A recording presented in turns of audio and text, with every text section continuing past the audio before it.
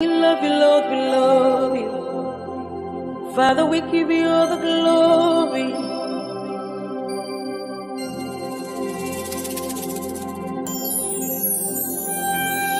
You are my rock, my strength, and my trust. In you I live and move and have my being. You are my shelter, my peace, and my shield. You are my everything. You are worthy to be praised. You are my rock, my strength, and my trust. In you I live and move and have my being. You are my shelter, my peace, and my shield. You are my everything. You are worthy to be praised. Sweet Jesus. All right, so good afternoon to you from wherever you're watching. I want to say good afternoon to you, good morning, good evening, depending from where you're watching from.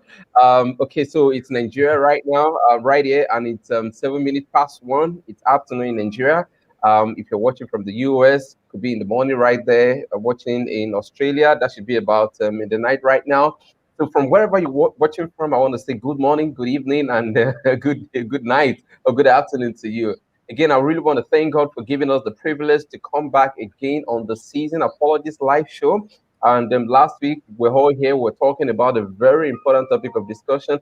I'm so excited about this particular topic because it begins to open up my eyes to some certain things that I've not really taken cognizance of. And we're so grateful also to have Dr. J right in the studio last week. And we're so happy because we're going to be having him right away also. But if you're going to be joining us, if you're just joining us today and you don't know who Dr. J is, I would actually, um, say one or two things, read a short biography about him so you could get to know who Dr. J is, to be familiar who Dr. J is.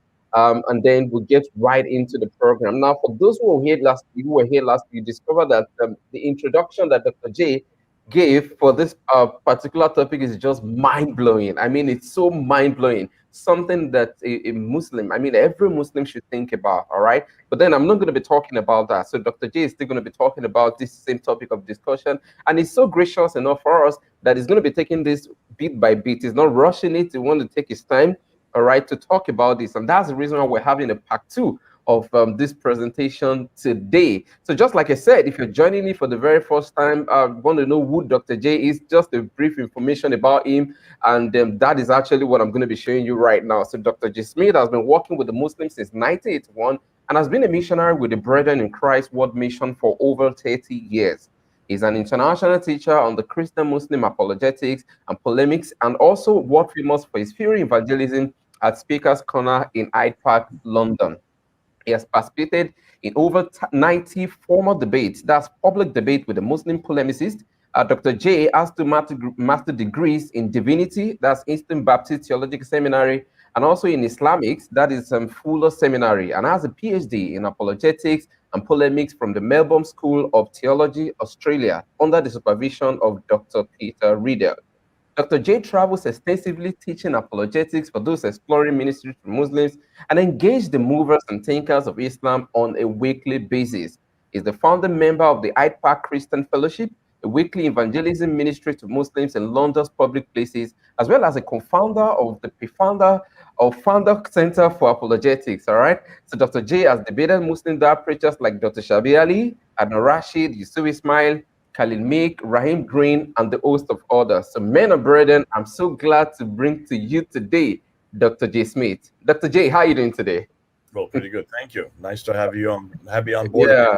Yeah, it's nice to have you back again. Last week, we talked about this important topic of discussion. I'm not going to be asking you why we should talk about this because you already gave us an hint on the reason why this is really very important last week. And today, we're going to be talking about the part two of this same discussion, and I understand you're not going to be rushing this. In fact, somebody actually sent me a message last week that they had listened to this particular presentation for some time now.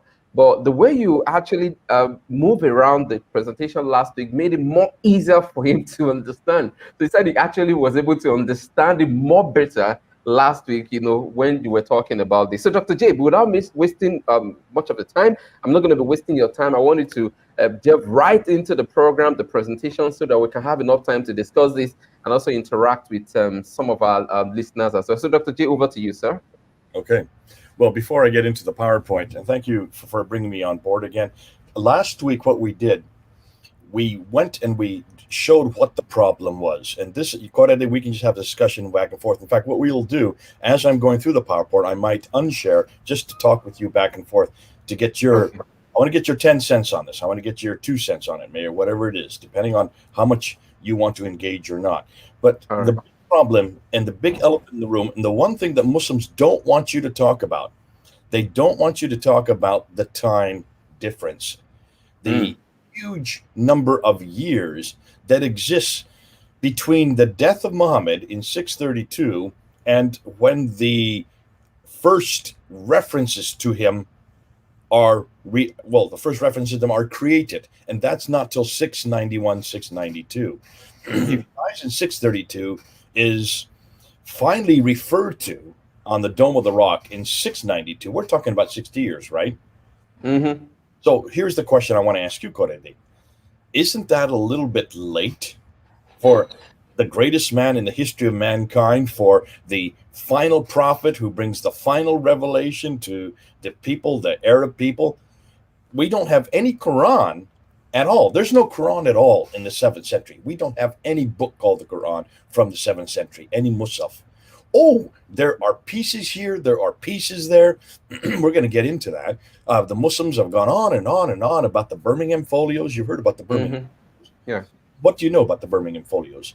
Mm-hmm. Do you know anything about them? Have you ever come across them? Do you know what they look like? Do you know how big they are? Actually, I've seen a kind of news reporting about this on the CNN, and what I understand is just fragments. I mean, we're talking about fragment now. It's 2 pages. Mm-hmm. How many pages? I mean, just off the top of your head, how many surahs are there in the entire Quran? We're talking about 114, yeah. Right. Which make up 6,236 verses, right? Yeah. 6,236 verses. The Birmingham folios are only 33 verses. You see a problem there? This is not a Quran, is it? Yeah. Oh, it's material that's in the Quran. It's 33 verses from chapter 18, chapter 19, and chapter 20. But all 3 of those chapters are not complete. It's just bits from each one of those chapters. And everything that they're on those 2 folios are pre-Islamic. They have nothing to do with Islam. Now, have you heard this before? Not really.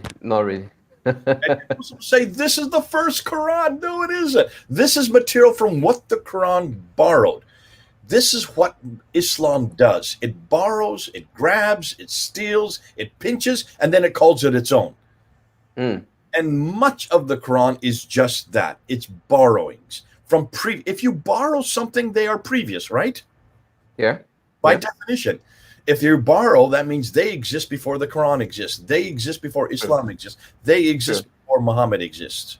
And that's exactly what these 2 folios are. It's story of the 7 sleepers of Ephesus. These 7 guys that went into a cave. They went to sleep for 300 years and they woke up 300 years later. That's a great story. It's from Ephesus. It's there in chapter 18, 19, or 20 of the Quran. So it makes sense where they got it from. They got it from that 7 sleepers of Ephesus, which is a story that was created in 146 AD.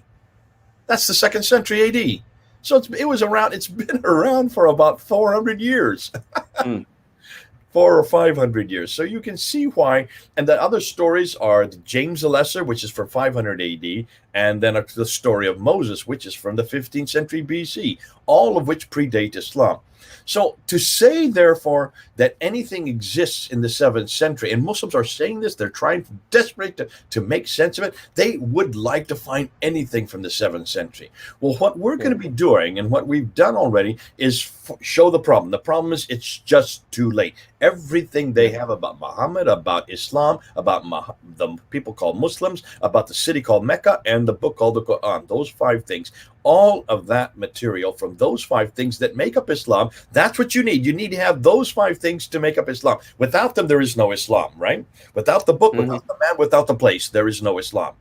And in order to do that, they have to go to 9th and 10th century, as we said last week. That's from 833 up until 923, much too late. And as we saw last week, every one of those authors who put together what we know as the Sirah and the Hadith and the Tafsir and the Tahrir, every one of those authors came from way up in Iraq and Syria, from places like even further afield. They came from places like Uzbekistan, which is way off in the east. That's you know where Uzbekistan is. You look on a map and you'll see it's further north and further east of even Iraq. And they came from places like Tabaristan, which is in what is today Iran. They came from places like Baghdad, except there was no Baghdad then. This is what was really weird. How could you have a city that didn't even exist yet? It was called Stetafad. It became Baghdad in the 8th century. And they came from places like Basra. Hold on a minute. Basra didn't exist either. There was no Basra in the 7th century. So even the places that they're talking about, where these guys came from, are much too late and much too far north. So that's why we have to put this out there at the very beginning. We did that last week, and that's why it's so devastating, because Muslims don't want you to know about this. About the date. They don't want you to know about the place. They would rather you just accept it and say, this is all true. Why? Because this is the only narrative they've ever had. Now, who are the people that are the ones that I'm going to be using in all these talks? Well, let's go ahead and let's put the PowerPoint up and let's look and see who they are, because they are the ones who are actually giving us this material. So let's bring it up on board. And what happened here? Why haven't I been able? I can't seem to get it. Now here, we had this problem last week. Let me stop sharing. Okay. And let's start again. I'm going to share from scratch. And I want to select it. Okay. All right, and let's bring it up. And now how do I...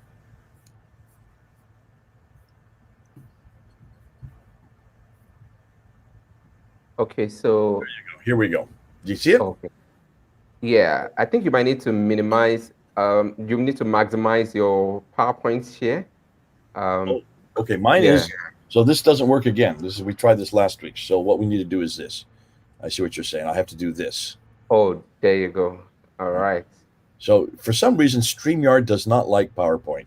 That's why I always use Zoom with everybody. So we're going to look at. That's not the right one either. I want to get up here and I want to start and I want to go this one. Here we go. Our remit today, and it's the same thing I ended with last week, is we're not interested in the 9th and 10th century. Are you getting that, Correde? I don't care about those 2 centuries. Too late. 200 to 300 years too late. And they're too far away, way up north. Mm-hmm. This is during the Abbasid period, and I don't care about the Abbasid period. I don't want to talk about the Abbasid period. I want to talk about the 7th century. I want to talk about the time when this actually existed, right? That's what you want. Mm-hmm. So let's go ahead and let's look at the revisionist school. This is the school. These are the people. These are the ones we have to give credit to. That's why I want to give credit to them. And there they are. The primary revisionists are at the top. Let me just go through their names real quickly. People like Ignaz Goldziher, who died in 1921, from Germany, or Theodor Noldeke in 1930. These in the last, we're talking about almost 100 years ago. These guys were already asking the questions we're asking. They were the ones that were saying, "Hold on a minute, this material is much too late, and it's too far north."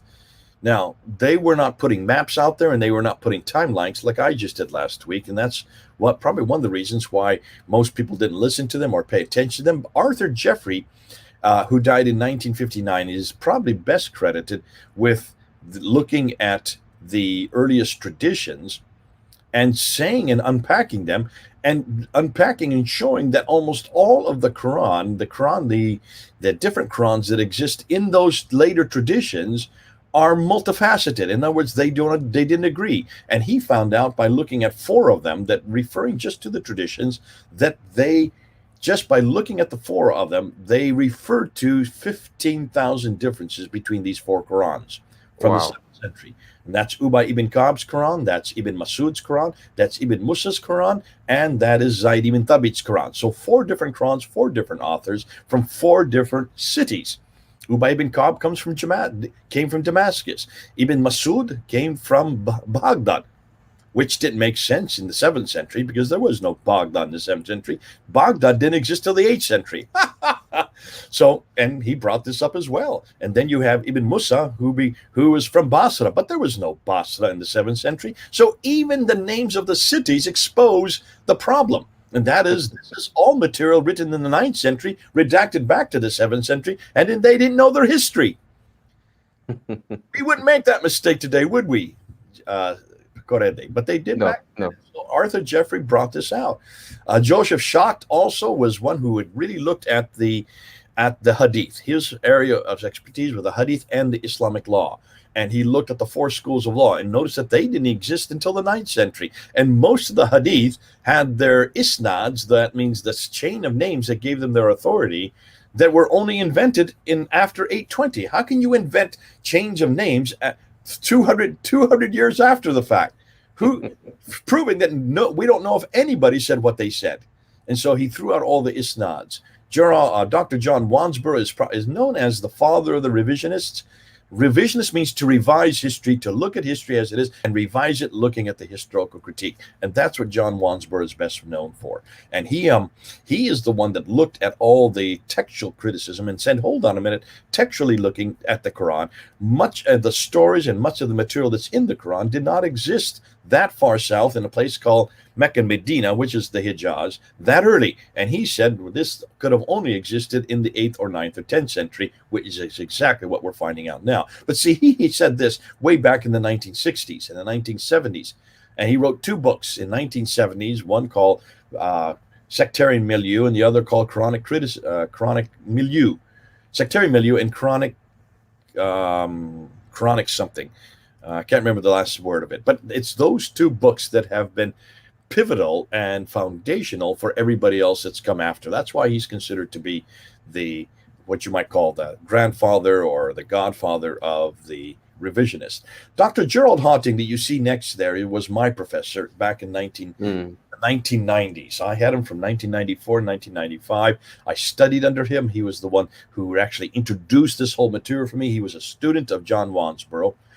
And while I was studying under him about the origins of Islam, so we're talking about 26 years ago when I studied under him, I met Dr. Patricia Corona. She was head of department for the Middle Eastern Studies at Cambridge University. She had earlier been head of department at Oxford University, wrote the book Meccan Trade and the Rise of Islam, got death threats, and so decided to leave Oxford and move to Cambridge. And she was the one that actually helped me put together my first debate.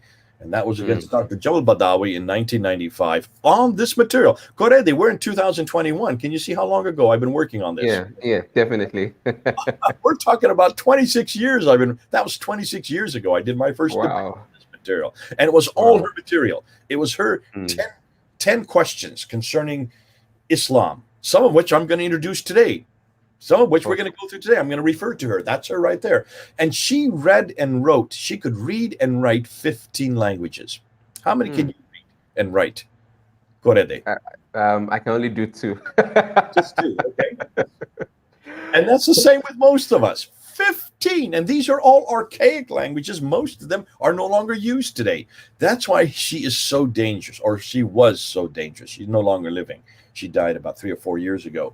So she was the one that helped me out the most. And I remember after I was in her office putting together this debate, and I turned to her and I said, "You know so much. Why aren't you doing this debate?" She looked at me and she laughed. She says, "I don't have the freedom you have. I have a chair to protect. I'm an academic. We don't debate these things. We just discover them. She says this is the only area in the world where you cannot debate what you research. Wow. Because you get death threats. And that's the problem with criticizing Islam publicly. Academics aren't permitted to do what you and I can do. And she says, well, you, however, you don't have any chair to protect. You don't have any institution that you're supporting. You only have one person that you're responsible for to, and his name is Jesus Christ. And I said, yes, you're right. The freedoms I have that she didn't have. But she knew the material much better than I did way back in 1995. Now, I've surpassed her in this material, and you'll see why as we introduce it, because we've gone so much further than what she discovered. But she, by herself, along with Michael Cook, wrote a book called Hagerism, and they were the ones that actually blew it open in 1977 with this book, Hagerism. They were wrong on the Hagerism part of it, but what they found and where they went and what they unpacked has never been equaled. And that's why they were so much further ahead. That's why we have to give them credit for where we are today. The other person I want to go to is Dr. Andrew Rippon. You see there, he died in 2016. He took this very difficult material and actually coined it in layman's terminology so you and I can understand it. And that's why his book on the Muslims, the rights and practices of Muslims is such a pivotal book. But the man I really want to look to is Dr. Robert Hoyland. Dr. Robert Hoyland. I've got his book right here, and I would say where is it? It's on my bookshelf. It's way at the bottom. Would you believe it? Right at the bottom. I'm going to stop sharing the screen just to show you this because you need to see this thing. Oh. This book right here. Yeah. Wow. Seeing Islam as Others Saw It. This is probably the most damaging book I've ever come across. And this is the book everybody needs to get in your library. Now, I've got the sleeve off, and I've lost the sleeve many years ago. This book is very hard to get. In fact, it's hundreds and hundreds of dollars. It's so expensive now. It was written in 1997. And what he has done, now, did I say Patricia Crone, she reads and writes 15 languages, right? Yeah. Well, this guy, Robert Hoyland, Dr. Robert Hoyland, reads and writes 18 languages. Oh my God. These guys are linguists. That's why they're so amazing. That's why they're so dangerous, because they go back to the original languages. They go back to all the original sources.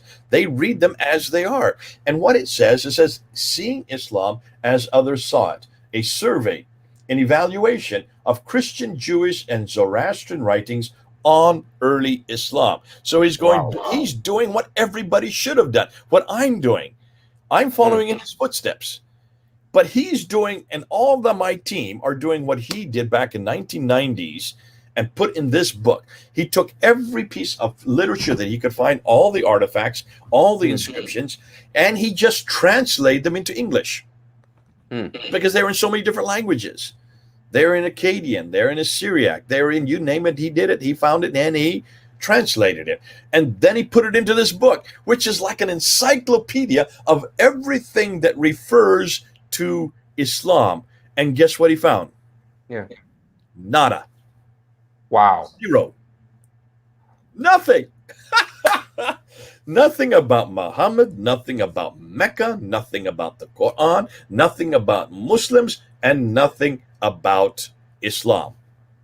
Those are the 5 things you need to find in the 7th century. For Islam to be historically correct, for Islam to have existed, you need to find at least those 5 things. Without those 5 things, there is no Islam, right? Yeah. Not in the 9th, not in the 10th century, in the 7th. So he did what we've all been asking everybody to do, but he was the first to really do so. And he was the only one able to do so because he understood the languages. I can't do it, you can't do it, but he did. So he's done us a great favor. And that's why I put him up there as one of the great revisionists. Hold on a minute. I didn't want to do that. I want to go back up and I want to share screen again. Okay. Also, Dr. D, I just want to mention that when you want to, if you don't want the screen to be showing, you just want to make a comment or something, I could do that without you shutting down your screen. Yeah. Okay. So anytime you want to make a comment, I could just switch over to your video, to your screen without shutting down. Stop sharing screen and then you'll do it. Okay, that's great. Yeah, because there's sometimes I just want to have a talk with you, and I don't want Yeah, no problem. so we can sit there, go back and forth. So that's Dr. Robert Hoyden. You see him there. Now Yeah. he's still living. Ripon is dead. Patricia Crone is dead. Hawting is living. All the others up in the top row are dead except for Hawting, and the ones in the bottom row, Robert Hoyling is still living, but he has to be very careful what he says in public. And I've got a really sad video of him just a few years ago where he was being asked these questions about by a Muslim lady, and what? Why is it you were saying these things? He said, well, I no longer say them anymore because the book's written. He doesn't have to say anything in public anymore. So you can see here is one of the best scholars we have who is not willing to go public with what he has researched. And so he pretty much knows that we have to do that for him. So that's why we're doing it. And that's why I'm so glad to be on your program, to be able to then unpack what he has found, what Dr. Patricia Corona has found, and then the next one, Dr. Yehuda Nevo. Dr. Yehuda Nevo no longer is living. He is deceased. And he did what he was the one that was able to go and really, here, let's unshare screen again, and I'll show you another book. And see if I can find it.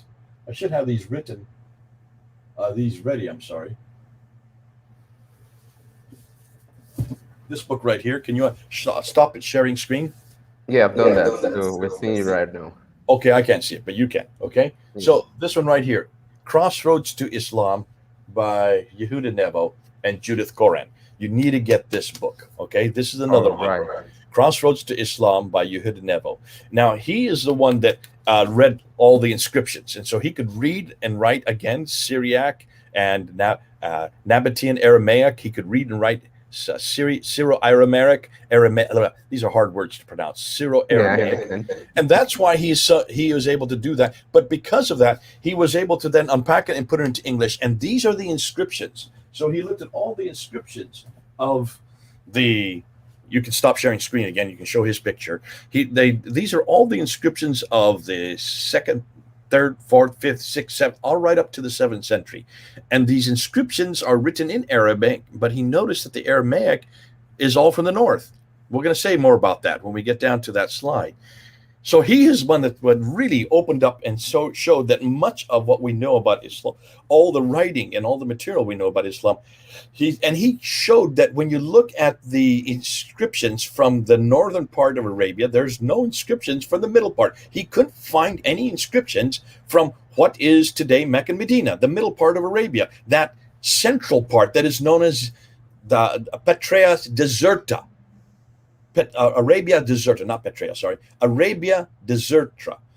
Deserta means desert. That's why there's just not enough people living there who could read or write, or who did read or write. So he couldn't find anything from that far south.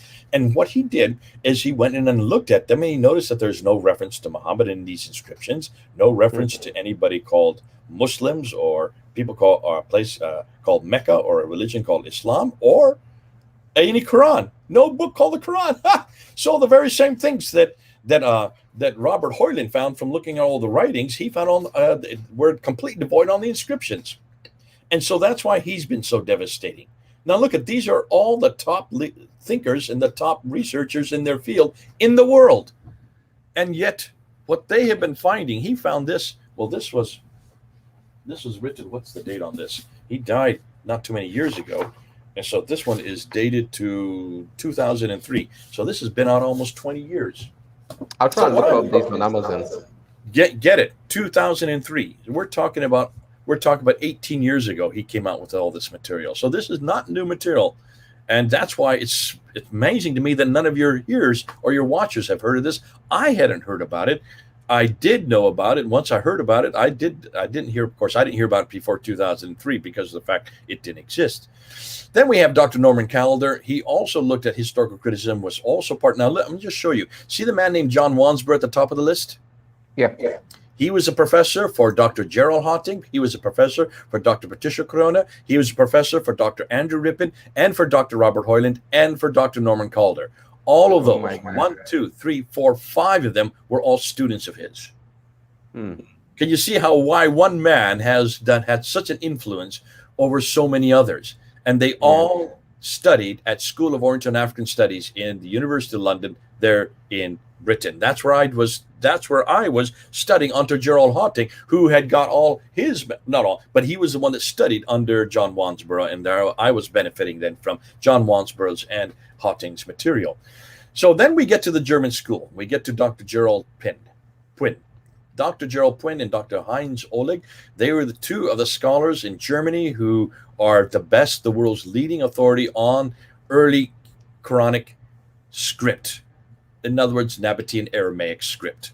And they were called in 1975 down to Yemen, to the country of Yemen, to Sana'a, the city of Sana'a, to the mosque in Sana'a, where they had been cleaning out the dome, and they came across a trapdoor, undid the trapdoor, and all these books, these manuscripts fell to the ground, amongst which were 3 or 4 manuscripts that had no dots and no vowels. So these were pre-8th century, they thought. And so they quickly went to look at them, and they were flown down, and they took pictures of them, known as the Sana'a manuscript. They took pictures of them. Those pictures were confiscated by the Yemeni government when they overheard what they were saying about them, because these guys, Dr. Gerhard Puyn, Dr. Heinz Oleg, and Dr. von Bothmer, the 3 of them, I don't have his picture. Maybe I should put his picture up next. But they noticed immediately that these would be one of the earliest Qurans in the world, in history, because they had no dots and no vowels, proving that these were written before the dots and the vowels were introduced.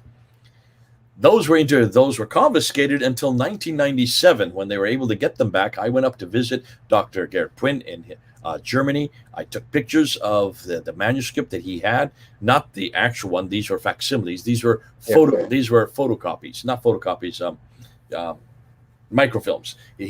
They put them on the microfilm, and these were copies of the microfilms that he had blown up. So I took pictures of them, so I've got them on my camera. Something's buzzing there. Is that me? Sorry. No, it's from my end. Okay. So here I took pictures of them, and he noticed that these are the top, that he was the one that found out, he and his wife, Dr. Elizabeth Puyn, both doctorates, both PhDs, both in this area of Arabic. And she has probably done the most work on this, and she found out almost immediately that there was a underlayer below it. These are called palimpsests, and that the underlayer was starting to bleed through. After hundreds of years, the ink that had been washed off was now starting to bleed through. And so using ultraviolet light, they could actually look at the 2 layers and separate them. And they could see that the upper layer, which is Quranic, and the lower layer, which is also Quranic, did not agree. There were about 63 different verses that they could decipher in the lower layer of what they found. It was made on animal skin, and this is what happens with animal skin when you wash it off. It's great when you first start, but hundreds of years later, it starts to bleed through again. And when they looked at the lower layer of the 63 verses, they found 70 differences between the 2 layers, 70 different words, phrases, and also references. And so because of that, they didn't know what to do, because this completely destroys any Quran being complete in the 7th century, because the upper layer is dated at 705. That's the 8th century. And they found parts of the upper layer that were even later, because they found it was written by different scribes at different times, with different scripts. And you can date the Quran by the different scripts. But the earliest part was 705. This was the palimpsest. So they're the ones that really help us with the Quran. And then we go over to Ibn Warraq. Ibn Warraq, well, I have so many books here by Ibn Warraq. I should have them. There's so many. Anytime you see that name, Ibn Warraq, that's not his real name. He is from Pakistan. He takes all this oldest material, and then he unpacks it for us and puts it in one place. Let me just see if I can find some of his books here. Here are 2 right here. Let me just pull them out. It's nice having my library right behind me. If you could just show people, these 2 books here. Can you see these 2 books? Which Quran? And which Quran? Yeah. By Ibn Warraq, variants, manuscripts, linguistic. This just destroys the Quran, this book. And it's not his material. Let me just say that again. He did not write all this. These are all compilations of Jeffrey, Noldeki, Goldziher, Schacht, and all those who've come before. And then this one here, Quranic allusions, the biblical Quranic and pre-Islamic background to the Quran, showing that much of the Quran is borrowed from other sources. Wow, so, I don't know you read the other book. That's the second book. You haven't heard I about only this? knew about the first one. No. I only knew about the first one. Oh, I there's never more knew than about this. the. Here's another one.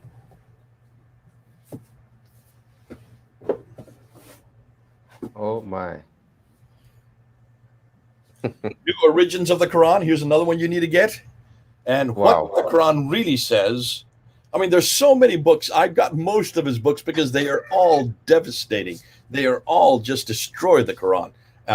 They're all compilations of the best research that's out there. Ibn Waraq grabs them and then republishes them, republishes them as the editor so that we can have them today. Language, text, and commentary, edited and translated by Ibn Waraq, what the Quran really says and really impacted. So if you look at these 4 books, that's a big. These are just 4 of about 10 that he has now published. Oh my. Has done such a great job for us, and that's you have to give credit to these guys who have gone ahead, and gals like Patricia Croner and Dr. Elizabeth Quinn, and then Robert Spencer. Well, he is a good friend of mine. In fact, he's going to be on my show on Tuesday. The reason why he's going to be on my show on Tuesday is because of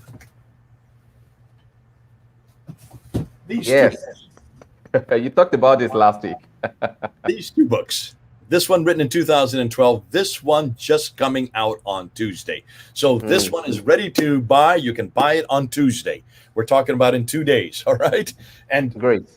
Did Muhammad exist? It's the same title, but this is the updated version. He's now had to update it because there's so much material that we're finding now. And since we're finding so much of the material, he's had to upgrade it so that he can keep up with the newest. But even as this is coming out on Tuesday, it's already out of date. We're finding so much new material, and that's why even my PowerPoints that I'm going to be sharing with you in the upcoming weeks, I have to keep upgrading them, Correde, because they're all out of date. They're out of date as soon as I upload them onto the internet. Unfortunately, that's just how the environment that we live in. Okay, so those are the ones from the primary revisionists. Now, what about the new revisionists?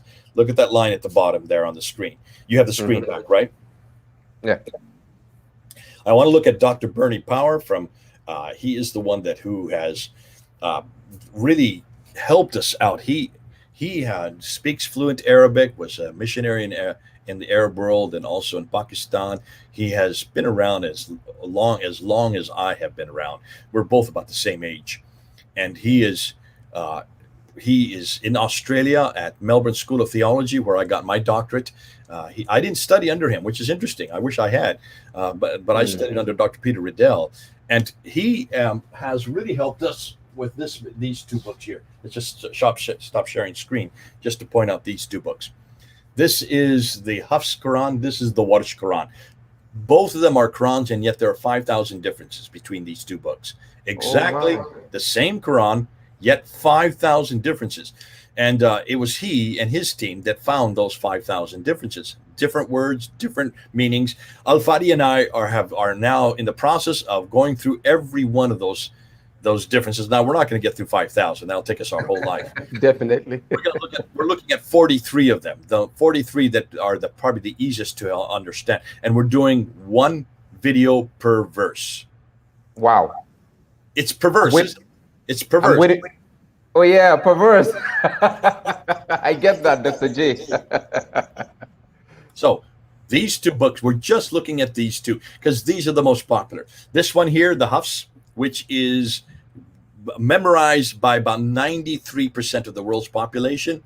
This one here, the Warsh, which is memorized by about 3% of the world's population. Now, some say 95% and 3%. Nonetheless, these are the 2 most popular. This one is memorized by people who are all over North Africa. This one is now being memorized by all over the world. And the reason why is that this one has been made the standard book since 1924. So we're coming up on 97 years ago. This was made standard, but that was just for Cairo in Egypt. It was made standard for the whole world in 1985. We'll talk more about that. But Dr. Bernie Power is the one that really introduced all that stuff to us. And then, of course, the next man you see there is our good friend, Dan Brubaker. If you go back to this, see Dan Brubaker, then come back and show this book here. This is the book that he wrote back in 1918.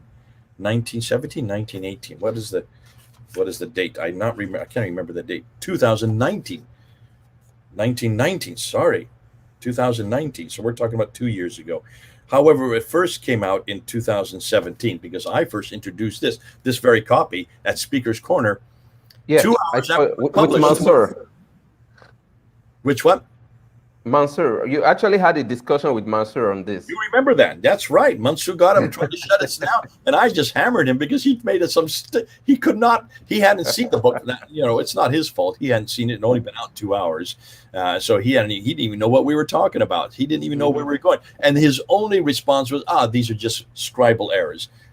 Yeah, 4,000 scribal errors that Dan Brubaker has found. No, there are entire lines that have been rubbed out. There is hundreds of coverings where they've covered over entire sentences. Sometimes they've covered the whole page over because there's so many corrections. And this is what we know as standardization. They were standardizing the text. But this is just 22 of them. Well, it says 20 on the cover. There's actually 2 more inside. So 22 of them that he's found. This is the first book that's come out. No wonder it's so devastating. He is now teaching with us. In fact, he's teaching as we speak. Tomorrow night, he'll be doing his 3rd class with about 34 students that he has right now that we're actually learning his new material. So that's good. Dr. J, you're going to be talking about the training immediately after the show. So people get to know about this training. And for those interested, they can also come on board as well. Please come on board. Yeah, and you can be anywhere in the world. You don't have to come to California or you have to come to the United States. In fact, Dan is down in his house. I'm up here in my house, and we're actually teaching. We're doing all our teaching from our own studios. I do it from right here, right where you're seeing me right now. This is where we do the teaching because we use Zoom Webinar, and that's why we can get all of you all over the world. Now, you may be fast asleep when we're doing our teaching because we start at 8 o'clock in the evening, but we send you out the PowerPoint and the recording the next day, so you get it the next day. So that's Dan Brubaker. Then, of course, you all know about me, so I won't talk about myself. But Hatun Tash, I do want to talk about. Hatun, what can you say about Hatun? I mean, Korede, have you ever met her? Yeah, I've been privileged to have Hatun on this show, Student of Apologetics Live. She came on board to talk about the different version of the Quran. We zeroed down on the apps and the water. In fact, I told you, Dr. J, we have a dark preacher in Nigeria who actually said that both you and Sister Hatun went on to produce fake versions of the Quran. It was actually saying that you guys are the one that sat down. You had all the time in the world to sit down and then create a fake version of the Quran. Yeah. I've watched some of her videos, and then I was also privileged to have her on the Season Apology show as well. Now, Hatun is the one that found all of these. If you could stop sharing, just show these books that I have up here. See these what I have here, along with these two as well. These two need to be added to that. She found all of these, not these very ones, but these ones I've ordered, and you've ordered them as well. I understand, Corey, don't you? Definitely. Yeah, I do have them. Yes. You have some right there. You can just hold up. Okay, right. So you actually have to give me a minute to get it in the other side of the room. People know you have it because you've shown it on your on the show. Yeah. Well, those are mine. I only have 9. You probably have more than I have now. And these I bought online. You can buy them online. What's it called? I can't remember the top. Al-Quran Online.com. Yeah. AlQuranOnline.com. Just go ahead. Then easyquran.com also. Okay. easyquran.com, yes, and also AlQuranOnline.com. Now, the problem with AlQuranOnline.com is so many people who have heard us say that have gone out and bought it, so they have none left, so they're having to restock. we're gonna keep the kidouts going for years to come just because of us. Saudi Arabia is trying to shut down all the other 29 versions of the Quran, and yet because we're buying so many of them that they're having to reprint them. Bless their hearts. So she is the one that discovered this way back in 2013.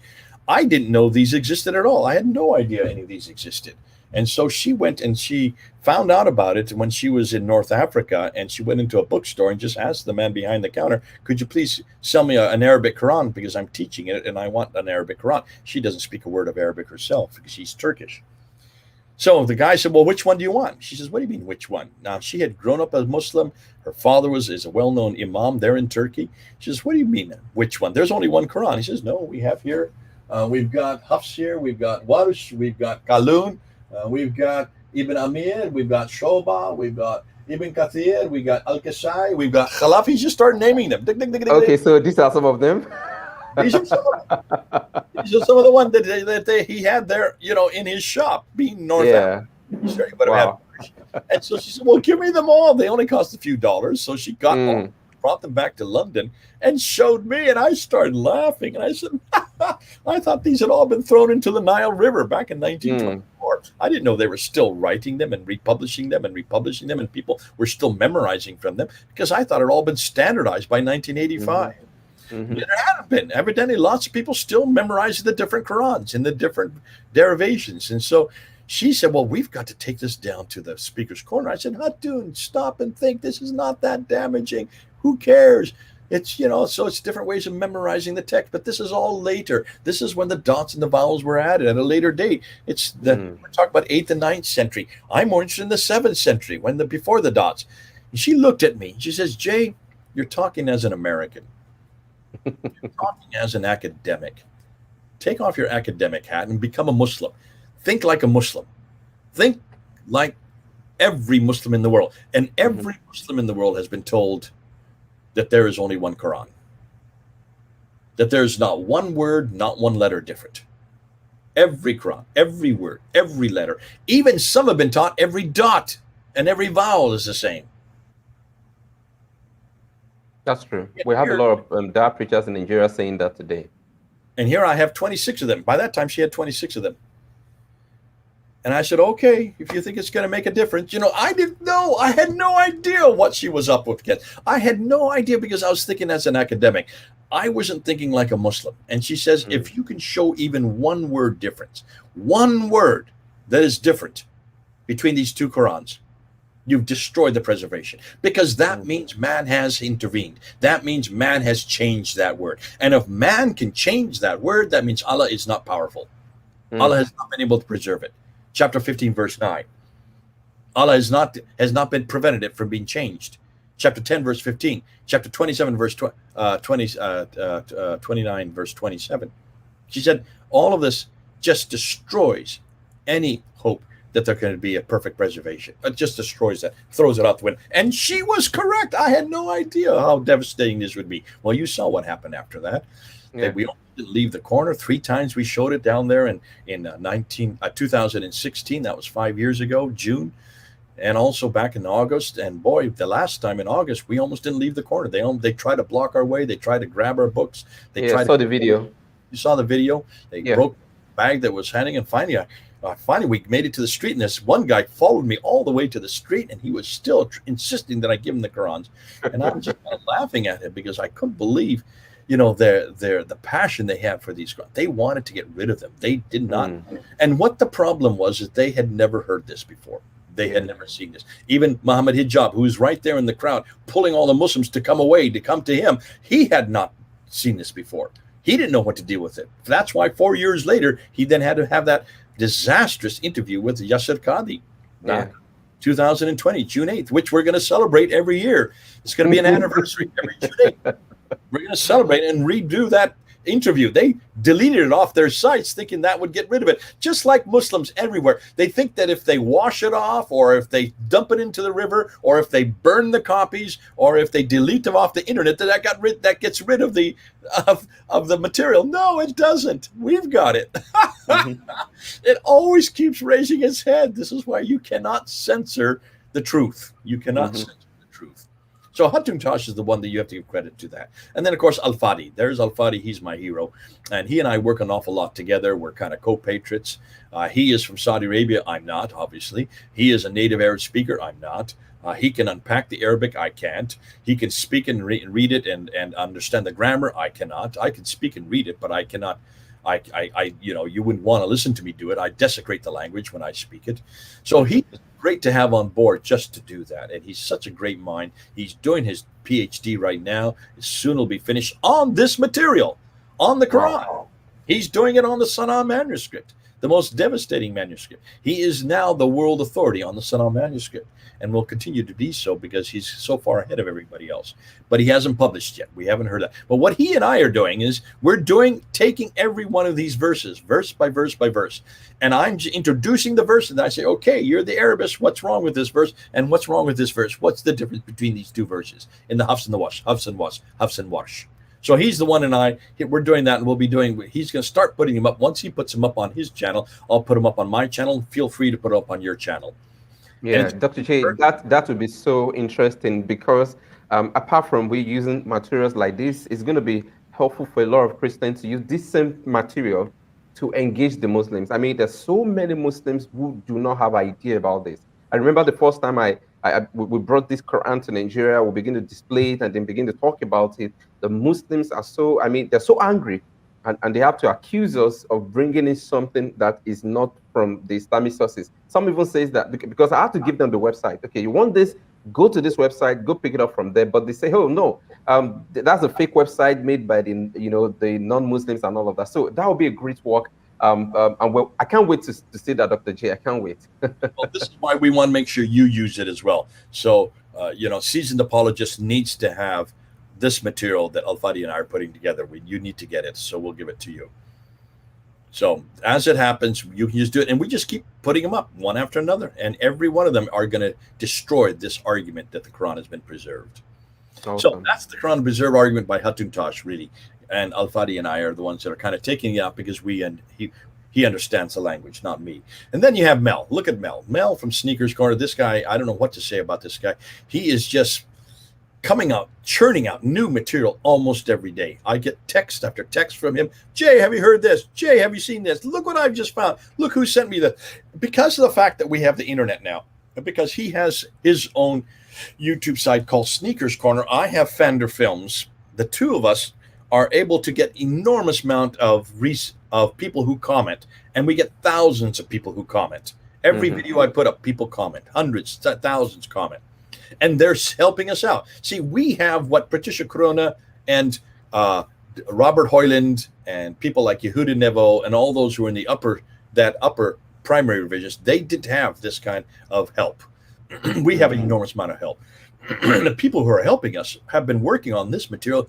Look at Odon Lafontaine next to him. Odon Lafontaine has been working on this for 25 years. He's from France, but he speaks good English. In fact, I'm going to have him on this next week. He's going to be on films. I'm bringing him on board because we're now looking at the Jerusalem thesis, and he has done a whole lot of work on the Jerusalem thesis.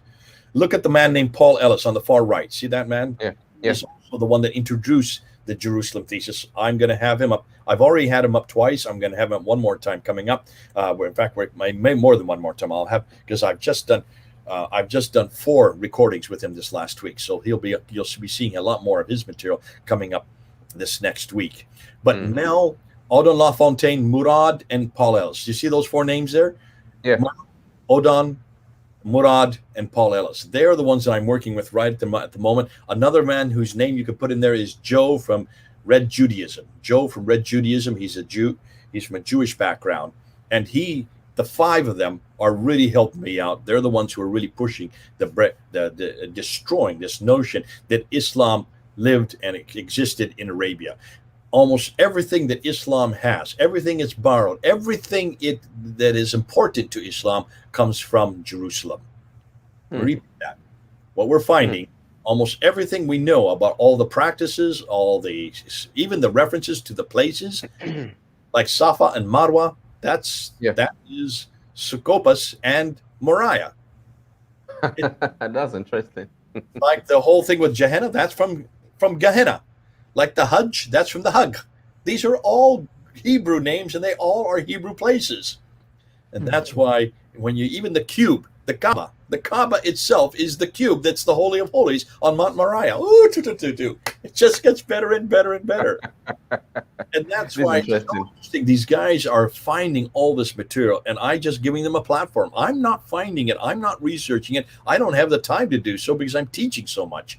So therefore, They're doing it. They're the ones that are finding it. And I just bring them on to Fander Films, and we introduce it to the whole world because their sites are so small. Mel has maybe about 6,000 or 7,000 subscribers. Anytime he puts a video up, he may get 1,000, maybe 2,000, a few hundred, maybe 1,000 and 1,500 people that watch it. When I put his material up, whenever he comes onto mine, I go over 10,000, sometimes over 20,000. That's true. And because of that, I don't think of almost every one of my videos now is going over 10,000. Why? Because I have 54,000 subscribers now, and they love this material. Yeah. Love this material. So I'm just bringing these guys on board because what they're doing, no one else has done. They are the first in the world to do this. And they're not well known. They don't have doctorates. They don't have degrees behind their name. They have experience. They are the ones that are not going to libraries. They're actually going to the original texts. And they're going back to the original places. They're going back to the coins. Odon LaFontaine was way ahead of me on the coins. I didn't know about it until I heard about him. Murad from Middle East. I can't show his picture because he would be killed if I showed his picture. So you're not going to see his picture. That's not what he looks like. But he knows all the Arabic and the Syriac, and he's going back and just treasure troving all this material.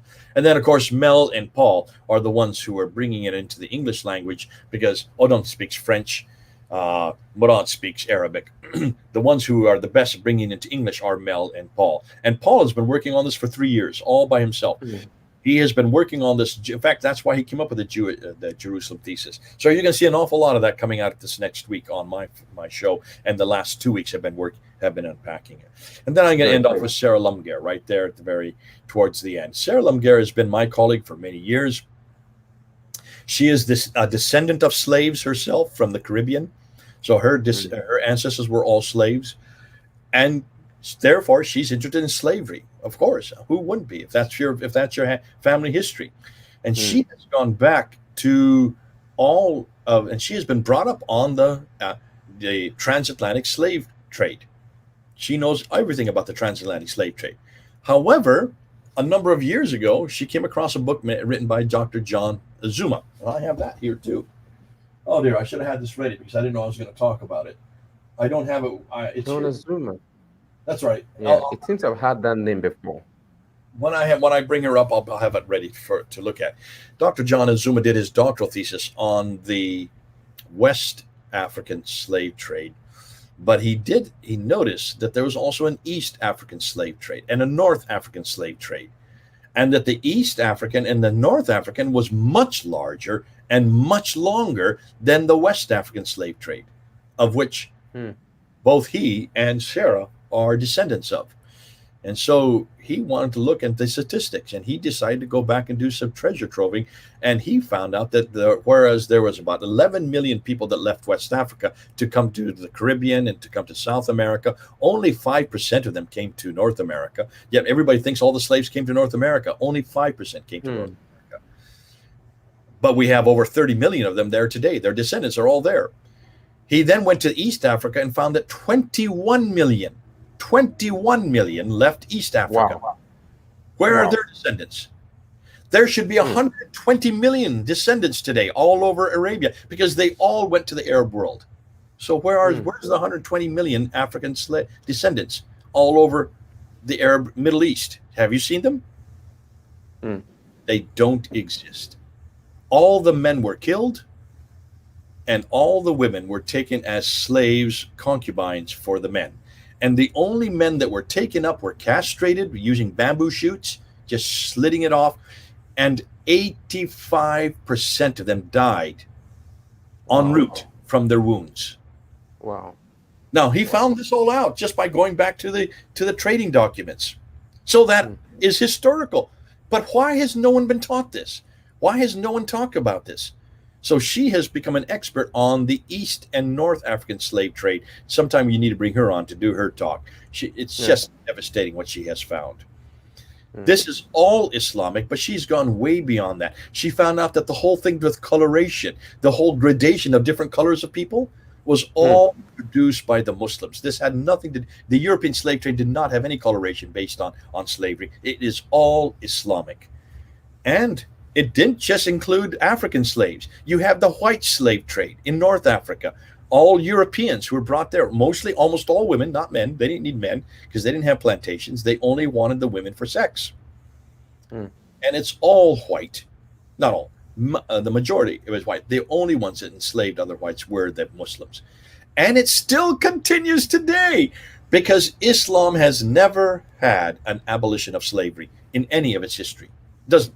That is uniquely Christian. That is uniquely Western. And it started in Britain 200 years ago with William Wilberforce there in the Clapham sect. So we have there's an awful lot I could talk about that. I don't have time. But I just wanted to show you the primary revisionist and the new revisionist. And what we need to do is then probably we've already done an hour. So starting next week, what I'm going to do is I'm going to look right into the origins. We need to go before the 7th century. To understand what happened in the 7th century, we need to do what led up to it, what really happened. And I'm going to bring some material that you've never seen before. So we'll start that next week, if that's okay with you. You can go ahead. That's good. Yeah, that's good. Dr. J, I'm so glad about the presentation. I'm excited. I've learned a couple of things again. We have a couple of comments right here, and I am going to display some of them. And if there's any question also, I would like to also display the questions as well. Okay, so Michael Vitt is actually saying, okay, trying to show the time in the Netherlands, and he's saying, God bless you. And we have Ola saying, Shalom Aleichem. I think he's trying to greet us in the Hebrew. We also have Michael Johanna. He's also saying Shalom as well. And then we have Michael saying, I'm a carpenter. If I make a table from a tree that is 300 years old, it doesn't mean the table is 300 years. Yeah, that's it. What Michael's saying here. Thank you, Michael. You're saying this is what is Michel is saying this. Look at Michel. I assume he's French because of his name, a beautiful name, just kind of drips out of your mouth when you say it. Sorry about that. when you look at, and what he's talking about is when you look at a Quran, when you look at the manuscript of the Quran and you carbon date it, carbon dating only tells you the year the animal died. The year the animal died, because that's when the carbon starts enacting and start to deteriorating. That's why you can only measure the year the animal died. You cannot measure the year it was actually written upon. That could be decades later, because you cannot measure ink. The reason you cannot measure ink is because it's not stable. And remember, inks are made from many different ointments that are amalgamated together, that come from many parts of the world and many different areas, but many different eras. You cannot, therefore, there's no way that you could date it. It's undateable.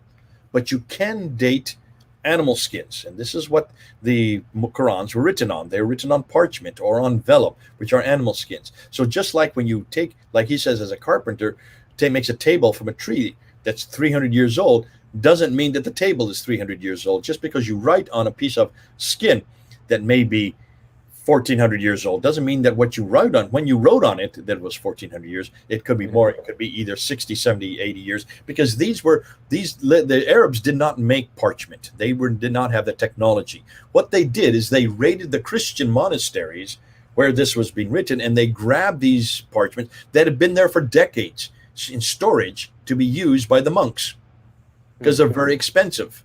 They're hard to make.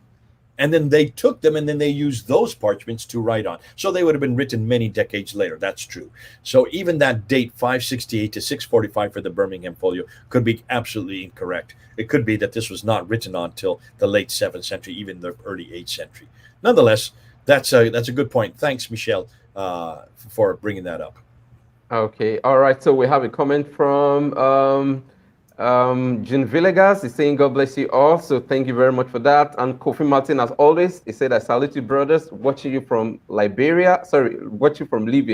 That's Brother Kofi. And then we have also Henry Oluwaseun say, hey, Dr. J. And he's trying to say, hey, so good to have you on our show. And then here's a question from Henry. Henry is asking, excuse me, he's asking, my question, sir, have you ever at any time debated Zakir Naik? Can I have a link to any debate with him? So he's asking if you've ever debated Zakir Naik. I've never have, and the reason why, I'll tell you why. I was at Speaker's Corner way back. I'm trying to think of but it's quite a few years ago. It was when I was first coming out with the Quranic material, and some of his disciples approached my ladder there in London, and they said, "Would you be willing to have a debate with Dr. Zakir Naik?" I said, "Yeah, let's do it." I've debated everybody else, but I hadn't debated him. And so they went back, and the reply came back: "We do not debate Jay Smith." The reason why is that it happened after 2006 because I already had my Fander films up. I started Fander Films in 2006, so they looked at my Fander films and they realized that I knew my Quran and I knew my historical criticism. See, I've been doing historical criticism since 1995, so they saw quickly that he would not be able to debate this, because how do you debate it? And this is before I even started asking this question: did Muhammad exist? This is before I even started asking this. I was still saying, is it the same Muhammad? That's all I want to know. Is the Muhammad of the 9th century the same one as the 7th century? And I was quickly coming to the conclusion it wasn't. So you can see he refused to debate me. So I've never debated him since that. But that's not because of me. That's because he refused to debate me. All right. Okay, great. So thank you about thanks for that answer. And then we have Marek. Marek is saying I'm late, but God bless you all. Thank you very much for that. Now Michelle is actually saying I don't know if it's he or she, saying it's Dutch. Michelle, Okay, sorry. Okay. Yes, Yeah. Michelle. Okay, that would be Dutch. Thank you so much. But it's a gorgeous name. It's the same name in French, but I didn't realize it was Dutch. Good to have you on board. Okay. All right. Also, we have Johnson Adela just saying we need the history before pre-Islamic state. Johnson, don't worry. Just keep calm. Dr. J is going to be talking about it. In fact, that's what we begin to talk about today. It just introduced some of the revisionists to us, and then from next week, Lord willing, we're going to be taking a look at that. So make sure you just stick with us next week. Jumping at the bits, they want this out of the way. They want it today. They want it yesterday, and I can understand Johnson. Yesterday. Everybody wants it real quick, but we have to lead up so that you can use this as a teaching platform in the future. Yeah, yeah. All right. Also, we have a comment from Waymaker Orb. It says, "Well done, Dr. J. Great work." And also, we have a comment from Edwin Bartolome. It says, "Shalom from Malaysia. May God bless you all always." Hallelujah. Thank you very much for joining in, Edwin. And then we have, and we also have Shay Jerome Davis. Okay, one of my pastor friends. It says, "More great there, brother." Thank you very much, Pastor Shay. Really appreciate you for that. So, Dr. J, this is all the comments and questions that we have for today. So, Lord willing, next week we're going to be taking a look at much more of some of these things, just like Dr. J says. We're going to actually look at the material. This has all been introductory. We're looking at the problem, and then we look at the people who we have to give thanks to. And I hadn't done that before. Now we're going to look and see what they found. So everything I'm going to be introducing is either their material or my material from here on out. All right, so Dr. J, I just wanted to talk about the course that you've been having for a while, the training that you've been having for a while. I just wanted to talk about it so that those that are interested can also be a partaker of this particular course. So Dr. J, just say something about this. Yeah, this is the course that we're talking about. It's called Master of Arts in Polemics and Apologetics to Islam, MAPI for short, MAPI. So that's what we know as MAPI, MAPI.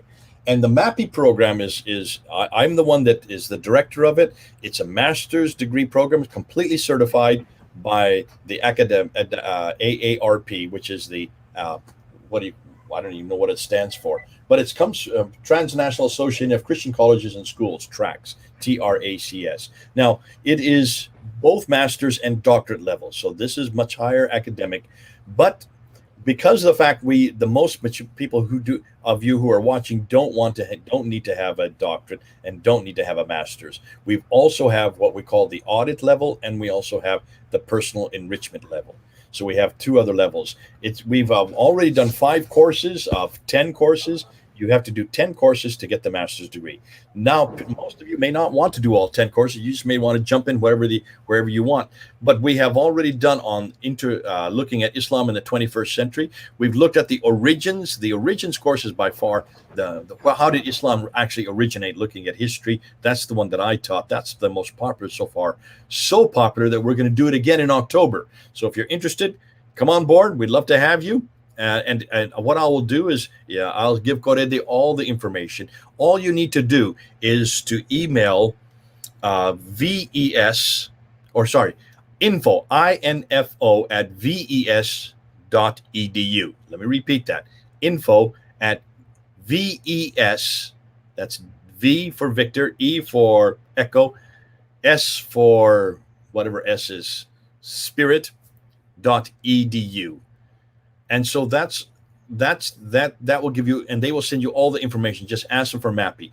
The third course we did was on Muhammad, looking at the Muhammad historically, and then the fourth one, which we did, was on the Deen and Iman, looking at the practices and beliefs. That was taught by Al Fadi. The other three were taught by me and Dr. Daniel Janasic, who is my colleague and who is the co-director with me. And then the fifth course, which is ongoing right now, is being taught by Dr. Daniel Brubaker, and that is looking just at the Quran. In September, we start another course, and that will be taught only by Daniel Janasic, and that's the whole history of Islam. And then on October, I'm going to be teaching a brand new course, the same course as I taught back in March, on looking at the origins of Islam. And then in November, we start with apologetics and polemics. What is apologetic? What is polemics? How to use it? How do you answer the Muslims with all the questions they throw at you? And then how to throw the questions right back at them. That's called polemics. So come on board. We'd love to have you. Just write or email info@ves.edu. Back to you, Korede. All right, thank you very much, Dr. J. And somebody's asking, what is the link to the course? Just like Dr. J said, Johnson Adelaja, what you could do is to send an email to info@ves.edu. It's actually there on the screen. Send an email to that email address, and then all the information that you need about the course can be sent to you. And then, just like Dr. J said, I could also forward all the information concerning the course across to you as well. You can just send an information or send an email to info@seasonedapologist.com, info@seasonedapologist.com. Then all of the information about the course I will also forward to you as well for anyone interested. So I want to say thank you. I'll just say this quickly. We do teach every Monday night. And when we have two courses going simultaneously, we teach Monday and Wednesday nights. Always we do our teaching from 8 o'clock in the evening, EST. That's Europe. That's Eastern Standard Time here in the United States. So unfortunately, if it's 8 o'clock, that means 2 o'clock in the morning for you in Nigeria. What we do is we record everything. Everything is recorded. And then we send you the PowerPoint, and we send you the recording the next day, so you can watch it at your leisure.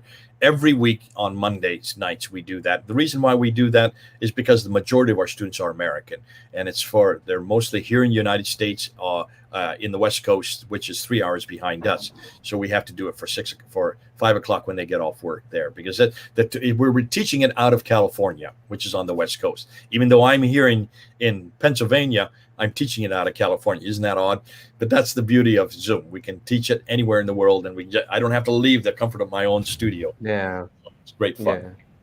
All right. Thank you very much, Dr. J. We really want to appreciate you. It's about 18 minutes after 2. I mean, we added 18 minutes extra to this particular presentation. I'm so excited. In fact, somebody is appreciating you again. Johnson is saying we really sincerely appreciate Dr. James Smith for his insights into the world of Islam. Yes, Dr. J. Smith is actually a gift to the body. Really appreciate, and God bless him. Temida is saying you're late. Don't worry. You're going to have a rewatch of this particular program at a later time. Thank you very much. So, Dr. J, we want to thank you, want to appreciate you for all that you do. Thank you for the investment, the time, the energy. I mean, all of the books that you're bringing out, I have just about few. So you challenged me to go get some of these books again, and I'm going to try and get them. Thank you very much. You're an inspiration, and I pray that the Lord will bless your ministry. Wow.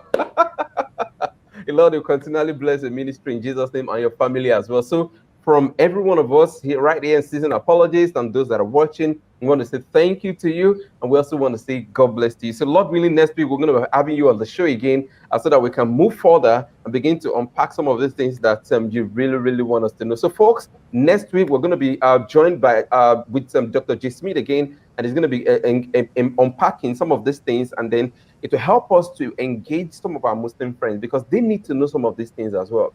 But before we begin to engage them, we also need to know some of these things, all right? It's really very important. Okay, so it's time to go. I'll be signing out now.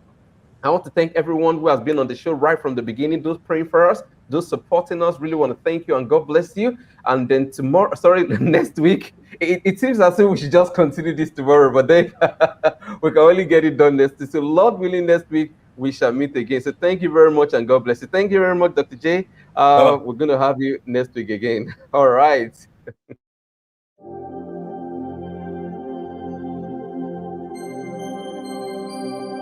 We love you, Lord, we love you. Father, we give you all the glory.